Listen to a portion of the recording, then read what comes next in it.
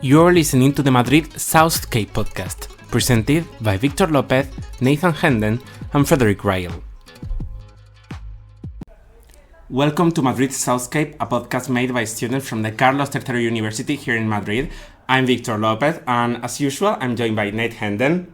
Hey guys, it's our last episode. It's pretty sad that it's going to be over, but we have a pretty great team. And we are also with Fritz Ryle. Best in the business. Here to get it done. Yeah, we're a little bit sad because we are finishing our podcast today, but it's not so sad because we have a special surprise with you because we are not alone. We're not talking about aliens. We are joined by three interesting people that have been involved with the Madrid Southscape newspaper. So we're going to introduce themselves to you in no particular order. So we have first of all the cultural section editor, Rowan. Hi, thanks for having me.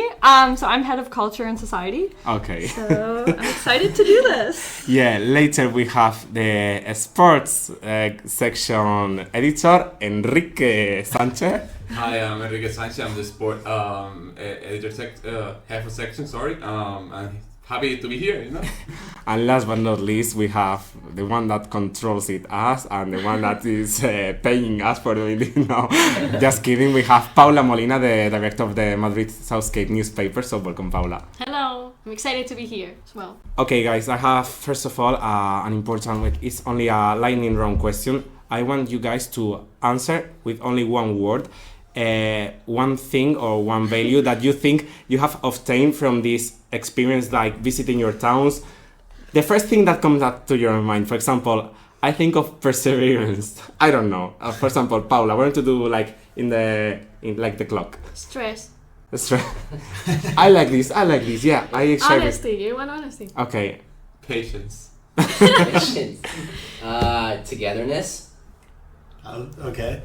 I'll go relationships. Yeah, I would say connections. Connections, stress, patience. I see a common thread there. We'll later deep on that. Okay, so yeah, all of us, we've been to different villages. For example, Paula, you've been to El Álamo, and Nate has been to Villaconejo. Where they had En Medio? Well done. You talk better Spanish than I'm afraid. No. I'm good at Spanish. Yeah. If you want to demonstrate, you can... No, Nate has to do his word today. We have to start with Nate's word. Oh, but it was going to be a tongue twister. Yeah. Tongue twister. Do you guys have a Spanish tongue twister? I like the tres tristes tíos. Oh, no. Yeah, that's the easy one. Yeah. That's not the easy one, is it? No, the difficult one is el cielo está ladrillado, que lo desaladrillado, el desaladrillo, que lo desaladrillo, buen desaladrillo, será. Would you just say that? We can Nate? say Pablito clava un clavito. Pablito clava un clavito. Pablito. Wait. Pablito clava un clavito. Pablito. Clamo. Pablito. Okay. Close enough. Yeah, not bad. We have to move on. No, but that's the short version. What does it mean? Pablito with the hammer. Okay. What do you do? Hammering? Yeah. Yeah. Open? What is... Hammer and nail? She hammers a hammer nail. Hammer's a hammer nail? Yes. Yeah. Yeah. Great Good content. job, Nate.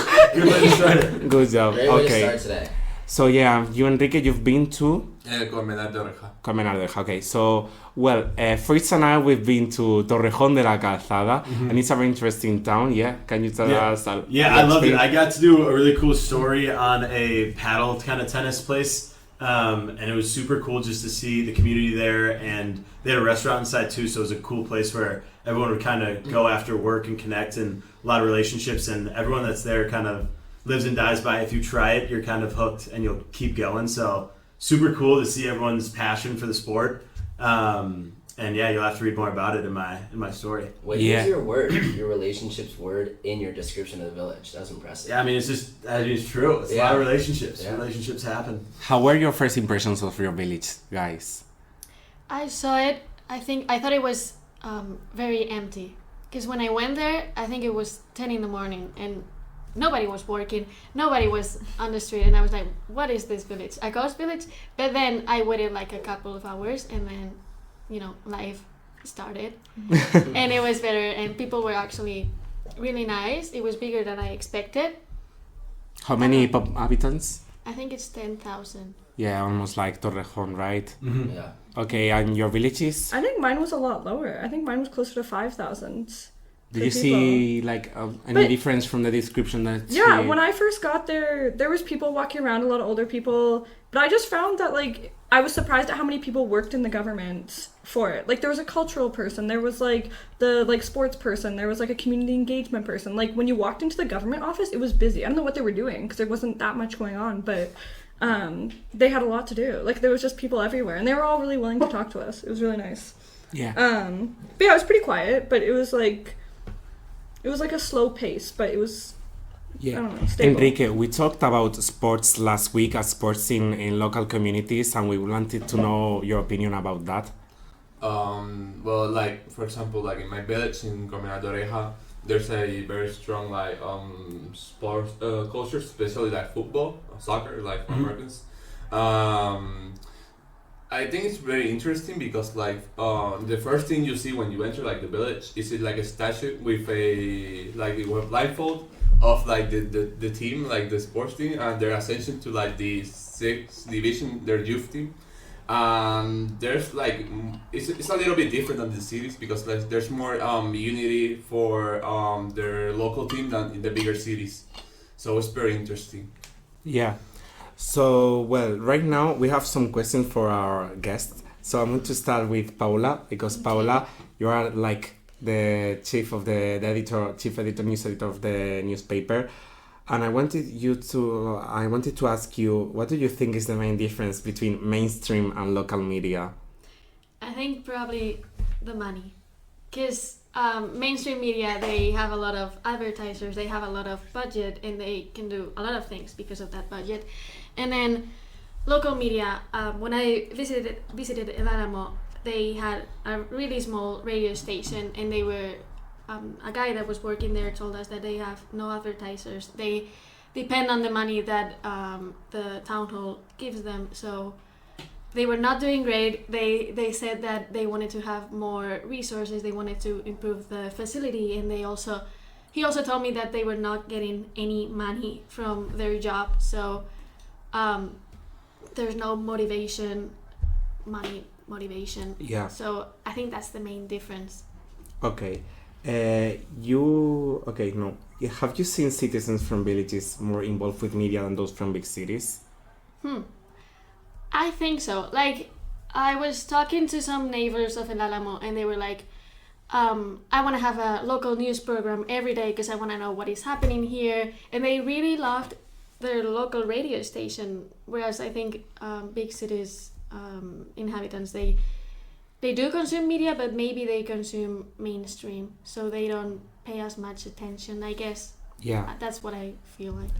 And last but not least, you come from a town in the north of Spain. We will get later to that. But do you think that media can affect its village in a different way? Yeah, of course. I mean, we don't have any media back home because it's a village of 300 inhabitants, so we're just a couple of neighbors having fun. He got impressed by that. Yeah, it's That's pretty crazy. small. It's pretty small. So we don't know what's happening there. We just gossip, and then that's it. You know your neighbors, because we are only 300. So we know what happens because we gossip. But But remember, gossip is not journalism, okay? But yeah, the main difference is that we don't know what's happening in Álamo. They do know what's happening. At least they get a news program once a week. And for example, I think it was a month ago, there was a super big incident in my village because a guy was killed by his own son. I mean, In your village of 300? Yeah, it was crazy. And so you like know these people then? Yeah, was this like your next door neighbor? Like... Yeah, it was my dad knew the guy. His son killed the father. Yes, he cut off his head. What? And then wait, this story is crazy. But we didn't have a local media for this. This is like a true crime podcast right now. Wait, it is insane. It sounds like a movie. So he was fighting with his dad. They were, I don't know, just fighting. And then he got really mad and he started beating his father. And then he cut off his head. He cut off his head? Yes. And he went outside with the head. and I started playing football with it and then throwing it at the cars that were, in the village. So it was pretty wild, and we were on the national news. I got it. Yeah, Okay. I saw you. Yeah, later but on. okay, but that was like really. That's awful. Yeah. It is awful. It is awful. That is crazy. It's like, do you When guys ever was listen to it? the I think it podcast was Serial? 2 weeks ago, 3 weeks Yeah. ago. I mean, something. it was before I went there. I know, I'm listening to it right now. The I'm listening to the Serial? Guantanamo one. It's crazy. This. I feel like we're on an episode of Serial. There's this podcast. It's like a huge true crime podcast that I listened to it on a road trip like 5 years. Do you think Okay. that? Do you think that? Do I think that our podcast is better than it? Yes. Yeah. Thank you. Thank you for trusting Yeah. ourselves. Okay, now Fritz, you are talking to another of our guests, Rowan. Yes. I have some really, really good questions and some stuff I kind of just want to learn more about. Who said they're really good questions? A lot of people have been talking about it. Okay, so A lot the of first- people himself. So the first question is for Rowan is how would you compare the culture in the north of Madrid compared to the south of Madrid, and like did any stories that you read prove a significant difference? Well, I just actually found what surprised me about the South in the culture was actually how many young people really liked it. Like how many young people, like when we talked to like politicians, even I didn't do politics, but like the people we would talk to, there was a lot of young people who seemed very motivated to be involved in the southern places, even in the northern ones too. Actually, when we went to Loeches, I don't know if that's north. I don't want to say Yeah. that if it's not. Don't worry. But there was a lot of young politicians who were like doing things, and I know there was a story in the newspaper. This one, I'm not sure who did it, about that 23-year-old's The mayor. person. Was it we talked Oh, about yeah, we last- talked about that. Yeah, Yeah, we'll that's talk it. about the Yeah. consigliere. If you don't know what you're talking about, we were talking about, you Yeah, have I to know. go to the previous Yeah, episode. we can't. Okay, gotta watch okay, it. Yeah, I'll You listen gotta back. listen. If no, you won't understand the references. Keep up. But yeah, the South of Madrid, I just found there was actually a lot more like cultural events going on. Like a lot of the towns have big cultural centers, and they've invested a lot of money Yeah, into because you building have a these story big spaces. about related to a book charity Yeah, event, isn't that? and there was a lot of charities. A lot of the people who submitted stories to me wrote about charities and wrote about the villages being involved. Would you like to give With- us a little preview of your story? To Yeah. us? So it was International Book Week last week, 2 weeks ago. Yeah. And they had a book drive where you bring in a kilogram of like cans of beans or I don't know, non-perishable items that could be donated, and they donate them to different charities. So this year the charity is going to the Food Bank of Madrid. During the war in Ukraine, it all went to Ukraine. So they kind of adapt to different events, and they've been doing this for like 6 years. And yeah, like from like older people to like primary school students, everyone donates a lot. That's So it's awesome. really cool. That segues into my next question pretty well, and maybe it is that story you're talking about, but I was just going to ask, like, what's the most interesting story that you read and, like, from the culture section, and kind of why you thought it was super interesting? This was more of a society story, but I think it was Martine who wrote the story about the autism awareness. Yeah, so she wrote this big, I think it was a double page. Yep. It was really long and it was really beautiful about, do you know her town? No. I'm going to look it up. Okay. Keep I forget talking. her Keep village. talking. Anyways, so this whole village had a big event in I'm going to- in honor of autism awareness and autism education and autism healthcare. And the whole city was like blue because I was like an autism awareness color, I think. So it was like all lit up. It was really impressive how much they were doing for it. And Yeah. she told the story from like one of the mother's perspectives. And that kind of like led into the story, and it was really beautiful. In your That's opinion, what do you think about mental health awareness in villages? Like, do you think there can be alternatives to treat that kind of problems in? I think there's probably a lack, considering just when I was there, I haven't even read, there was no really stories about the healthcare system, so I'm assuming there's kind of a lack of a, like, at least accessible healthcare system. I'm not sure if most people come into Madrid for that. Yeah, in Or- your, like, for example, in your hometown, we will get Like later. back in Canada? Yeah, for example, you're from Yeah, Canada, so yeah. do you see, like, not only between villages but between countries, do you think a really great difference between? I love the healthcare system here. Not gonna lie. In Canada, we have a really bad shortage of doctors right now. No one has a family. Lots of people have family doctors, but I think there's like over 2 million people who do not have a family doctor. There's a big shortage. And since coming here, I had to go to the hospital once, and it was so great. There was like an international department. They spoke English. I saw like all the doctors right away. So I think it's better here, at least in Madrid. At least in like I was in downtown Madrid, so I can't compare it with the smaller villages. Okay, but- so it was Martin article. yeah, Martin. Martin, so she's doing Sevilla La Nueva, so Okay, yeah, stay so tuned Sevilla for La her Nueva. article. Yeah. Is it already in the web? I don't know. I It will be soon. Yeah, it's Yeah, all yeah. over. if it's not, it will be soon. Yeah, I would definitely. It's on the recommend. newspaper though. Okay, The printed so version. okay, perfect. So Yeah, and then the last question I was just gonna ask, because sometimes going to these small towns, it can be tough to like find a story. What was maybe the most challenging about finding a story in the south of Madrid? Honestly, I think it was easier than big cities.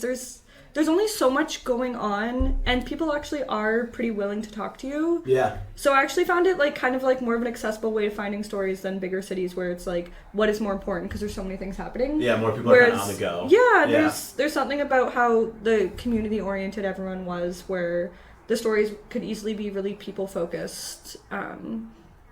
So I think it was just I can't even think of something. Cool. super Yeah. challenging. No, that's besides the language barrier. That's but that the was language like, barrier can be tough. Yeah, that's fair. Yeah. yeah, and now Save the Nate. best for last, right? Exactly. All right, Enrique. I have a few questions about the sports section. So first,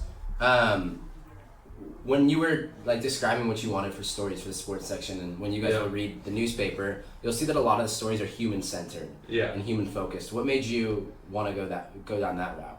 I mean, like for this newspaper, we're trying to be like more like local, like focused, like from like the town and the people, be closer to them. Like I wanted to avoid like the Marca or like ESPN type of article, because like it's more I don't want like just like sport results and chronicles. Like I genuinely want like I don't know, like something more human, that something more relatable. Like and that's why most of your stories I stress that please I like your stories, but make it a little bit more human. I know it happened with the politics and economics too, but for my people, I know like the first thing like most people will try to do, like even sports journalists, is just to try to like explain like a sport game, like the results. But like I wanted to give like more human story and like to try to give it a little spin to make it like more appealing, you know. Mm-hmm. That goes into my next question. What, like in terms of these human stories that you read through within the newspaper, what's one really unique story that you want our listeners to look at and focus about? For me, there are like two big human stories there. First, there's one Alejandro made about that's related to health, that he interviewed. I think it was a football player or almost ex-football player, that he had to like give up on his dream because of a heart problem. And I think this is something that a lot of athletes around the world like can relate, because like a lot of people have to like give up on their sports dream in order to like prioritize like their health problems. And the other one, that this is not that serious, but for me it's a little bit funnier. It's like Leo's story, that is basically about how nobody wants to watch his team at I think it was Morata de Tacuña village. Basically, No one wants to watch this thing. Yeah, nobody wants to watch it. Poor guy. Literally, like I think it begins, or like the first paragraph, that there's the girlfriend of one of the players saying that this team's so bad. I just come here like to watch my boyfriend play, but that's about it. Poor guys. Apparently, like, people from the village just talk bad about this team. Like nobody even wants to watch it. So like, there's this. I think this is one of the cases that there's like. But they play like officially or only for fun? No, they play like I think it's the 7th division in Spain, so it's actual football. Like they're playing for something. The 7th division. Be careful, Never guys. heard of Yeah.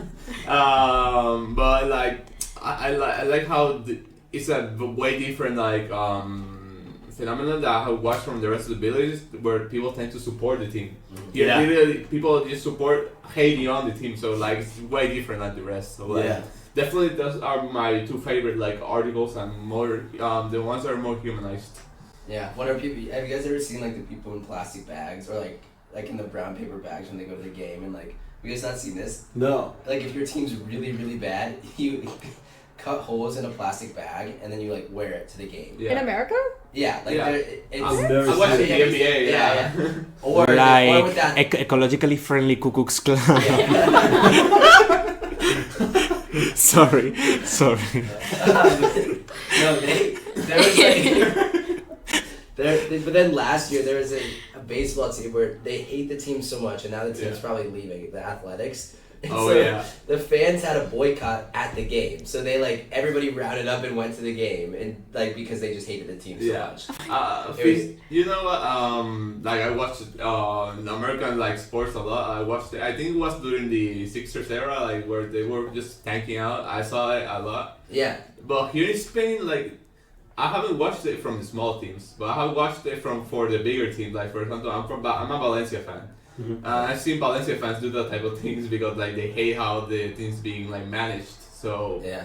I've seen it, but not in local teams. The Not local team's crazy. The local That'd be teams. great. I think it's crazy because people from the local teams are more connected to the community. Right. So I think some words.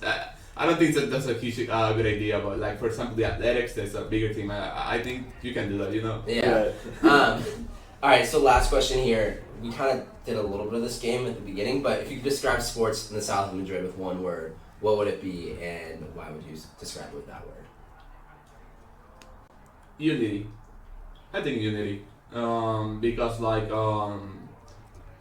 Leo's the exception because like people hate on. Oh, there's unity on hating. Yeah, like, they come out and hate the team.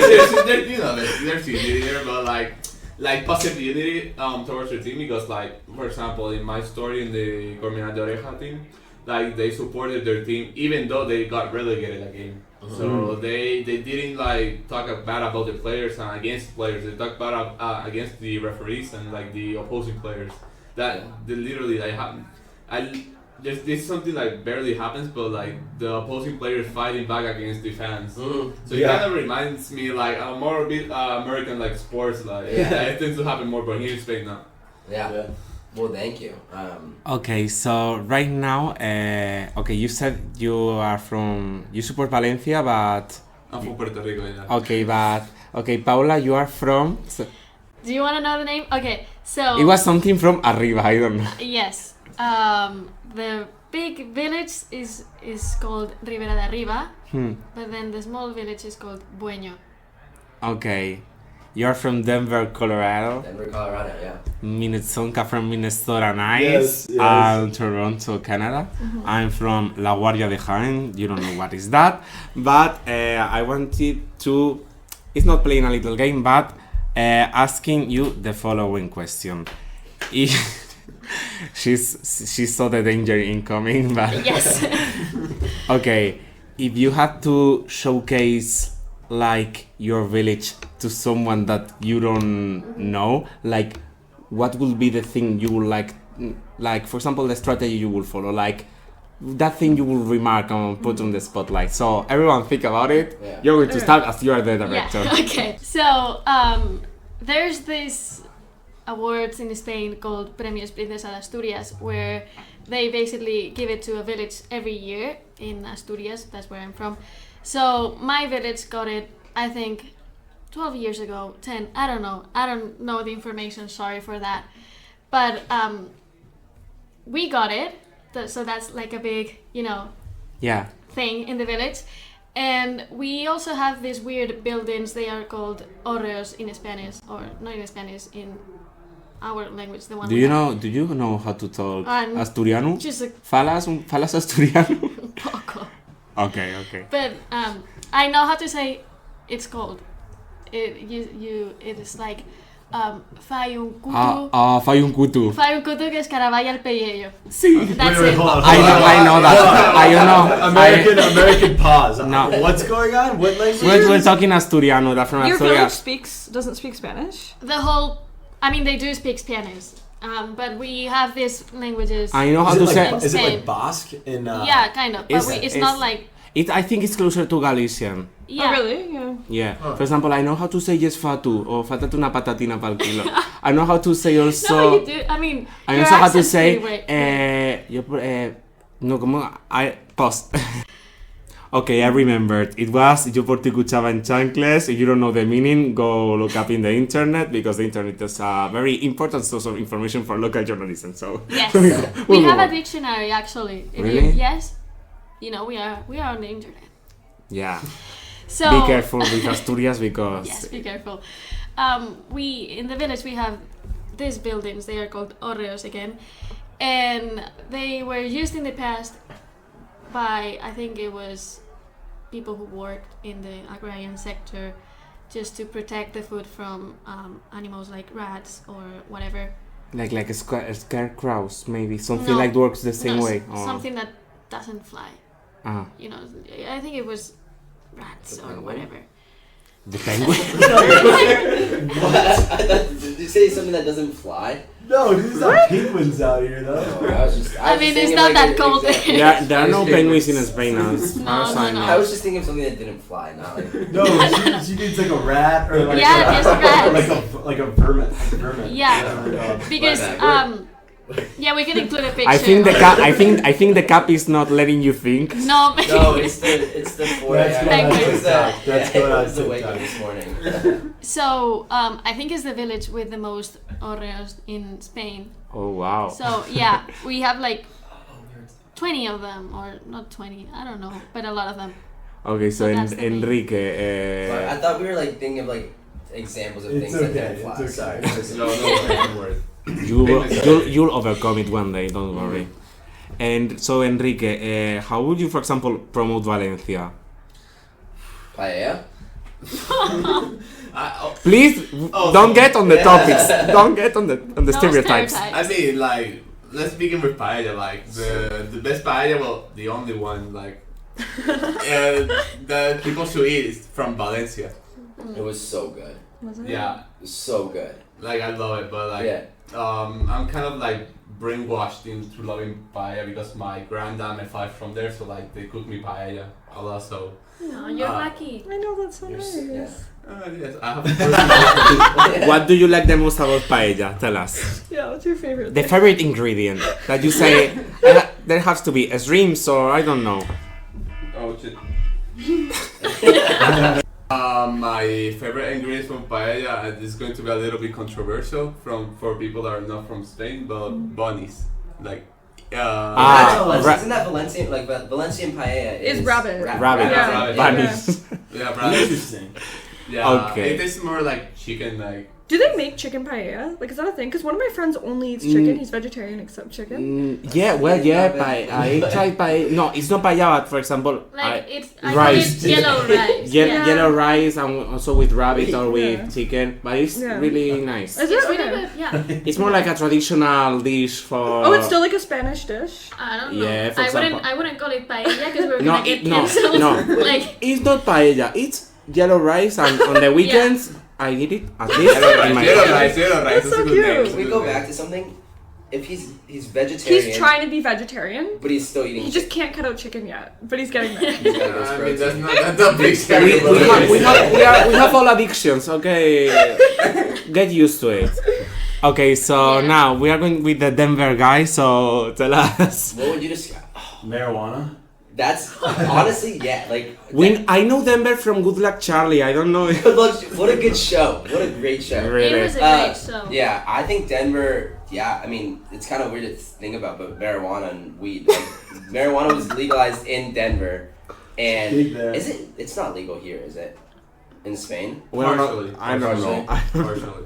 But but they legalized it in Denver, and so when people think like everybody in Denver just is high 24/7 and smoking, but if we wanted- You too, or you are now not No, from a break? I don't at all. But if we're thinking about something that's not weed, then if we're thinking about something that's not weed, we have this crazy concert venue called Red Rocks, and it's a huge or I should say mountain. God, there's so many things. Mountains, Red Rock. Yeah, you start by talking about weed, right? Yeah, I started with weed. No, I take it back. I want to take all that back. The mountains, the mountains in Denver, are what makes Denver, and it's we're a mile high above sea level, and then you have 14,000 foot mountains and ski resorts everywhere, and so that's what makes Denver special is the outdoors and mountains. Okay, let's go to For Fritz. Minnetonka, I'm pretty sure Minnetonka and is a Native American word for many lakes or big lake. Like there's lakes everywhere, so I just take people on the lake, get them on a boat, go do you guys know what wake surfing is? Yeah. Yeah. Yeah, like wake surfing or water skiing or jet skiing or Any of the above. That's what So I you're talking about a retreat, a paradise for retreated people, right? yeah, sure. Something like that. A lot of people have boats in Minnesota, so it wouldn't be hard to find someone to like take you out. Okay, and now Toronto is a very big city, Drake. Yeah. so Drake. Yeah, Drake. There's actually, I do think Toronto actually has one of the best music scenes really. for like everything. Like there's like jazz, like I go see live jazz all the time. There's big, like lots of people come for big concerts. Rogers Arena is huge. But there's also like reggaeton and like a lot of like we have a really big like Caribbean culture. There's a huge Caribbean fest in the summer. But it's also on the lake, so you can go to the lake too. It's a huge city, but it's also on the water, and we have these little islands. That have different beaches. There's like a new beach on one. There's one that's like more family stuff. It's like really fun. I think Toronto in the summer. There's a new beach in Toronto? Yeah, on the islands. We have these things just Really? called the islands, and it's like a 30-minute little boat ride. Oh, that's cool. And it's really nice. Okay, Yeah. so okay, so my village is La Guardia de Jaén. It's near like 15 minutes from Jaén. That is a city in the south of Spain. We are really famous for our olive oil because we are the biggest olive oil producer in the world. So everyone, if you prepare a salad, please make it with Jaén's oil. But apart from that, I think like we have very important things, not only in my town, but in my province. We have like the biggest natural reserve in Europe. And we also have like, I think we have the more density of castles per habitant. Like we have, I think, I don't know the number exactly. I'm going to look it up right now. Okay. Should we guess? Yeah, you can try to guess. How many castles do you think that there is in a Over province? 50? over? Are there like There's more castles per inhabitants, like people who live there. No. It's gotta be the Yeah. ratio. It's gotta Yeah, be like the ratio. like compared to like other. The places. density, because for Yeah. example, It's like, there's there not like 4,000 Yeah. castles. I'm gonna go. try to guess low. Like I'm gonna say 8. Is that a lot or a little? That seems like a lot. There are 237 What? castles in. castles. What? That's what I was gonna That say. was not what you were gonna say. Shut up. That's crazy. What do you mean there's 237 Yeah, why? castles? Yeah, for example, in my town there is a castle. In Jaén, the city next to my town, there is another castle. There are like 2 castles in another village that I've been there from my grandparents' village. There are 2 castles, so yeah, That's insane. we are all like half our castle. Do people live in the castle?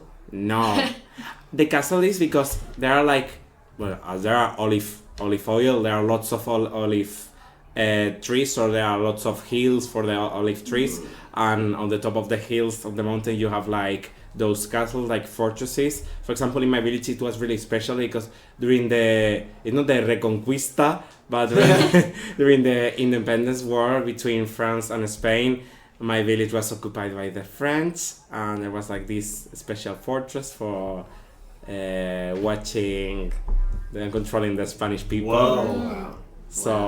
So yeah. Trying to guess low and it was 237. Wow. No. That's crazy. Okay, for finishing, Wait. I have a question for Okay. you because it just Attack came me. to my mind. Go. Yes. It's a bit controversial. What do you think about pan con tomate? Is it from Andalusia or is it from Catalonia? Okay, she went to the part that hurt the most. Uh-huh. And a good question. It You is. have okay. Okay, pan con tomate, and it's a disclaimer. I'm not making an hypothesis. It's Andalusian, and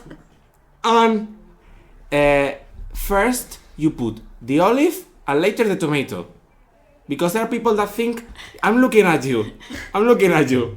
When you toast I was going to say the bread.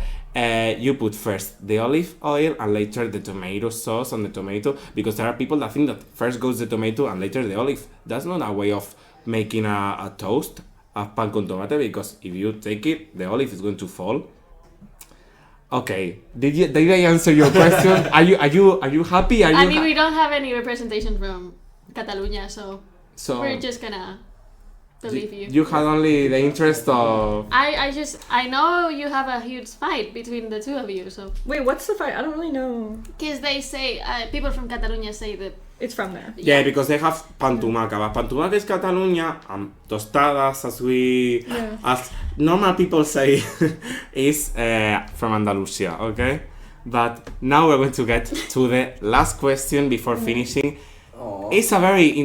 I'm sorry, Nate. I know, I'm sad. We can do a fourth episode while you are in the States. Okay. Yes, a Zoom episode. Yeah, but this question is pretty overall, but I want you to be really honest. What do you think of Madrid? Everyone, what do you think of Madrid? You have to... Are you surprised? I mean, by the question you mean, or if I'm surprised? By everything. Are we talking like we're talking about Madrid? Like Madrid. Okay. Madrid. So Disgusting. I came here for three years ago just to study. Because none of us is from Madrid, so... Yeah. True. Important stuff. So, as you know, I come from a really small village, so I'm not used to big cities. So I think Madrid, the city, has the population of Asturias. So that was insane to me, and it took me a lot of time to just get to know the city, adapt to how life is here, because I feel like everything goes by really fast and there's a lot of things happening. But if you ask me if I prefer Madrid rather than my home village. No, I'm asking you your opinion. I know that. No, but it's nice. I mean, it's Nice. It's nice. it's nice. Different. Okay. Different, yes. Different. Okay, now it's your turn, Enrique. I like Madrid. I don't like its team, like Real Madrid. I hate it.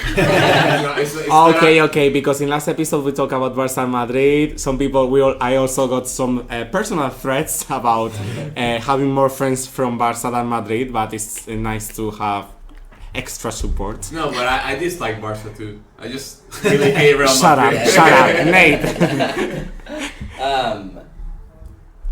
It's different. I mean, it was a total culture shock in a great way for this semester, and I mean, like yesterday I was sitting at the Palace watching the sunset and really reflected and just realized like, I mean, it's just such a cool city and so cool to say that I get to spend a semester here. I think the language barrier is definitely tough to come by. Like, I don't speak very good Spanish, but besides that, I loved it, and it's been a good 4 months. Yeah, I love it. I really like big cities. Like in the U.S., Chicago. I love going to Chicago, so it kind of was like a cool Spanish Chicago in my view. And I also spoke Spanish growing up, kind of. So it was cool to try and practice that more. Everyone was super nice and inviting, so it's been awesome. Yeah. I love Madrid so much. Like, I honestly feel emotional now even just thinking about leaving. I love the people. I love where I live. I love the weather. And I'm going to come back one day. Like, I really want to. I started my Spanish tutoring a few weeks ago. So I'm going to really learn Spanish this summer. And then, who knows, maybe I'll be back.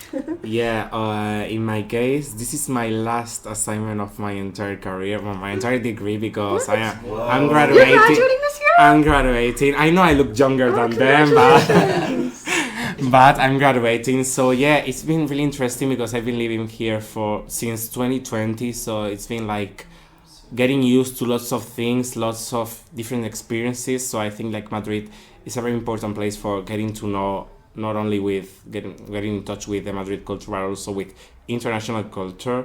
And yeah, I think like these kind of moments, I think not only me, but everyone will remember them because Madrid really unites people. So yeah, I'm not gonna cry. But yeah, guys, so this has been the Madrid Southscape podcast.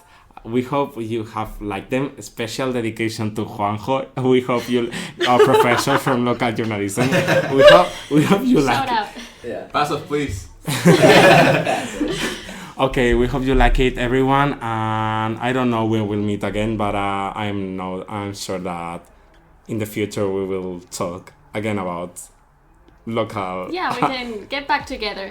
Yeah. And just in 20 years talk about Yeah. In 20 years. 20 years. 20 years. 20 years to today. Yeah, Our, 20 years our ago. second season will come up in 2044. So, so stay tuned. Stay tuned. Bye. Bye. Bye.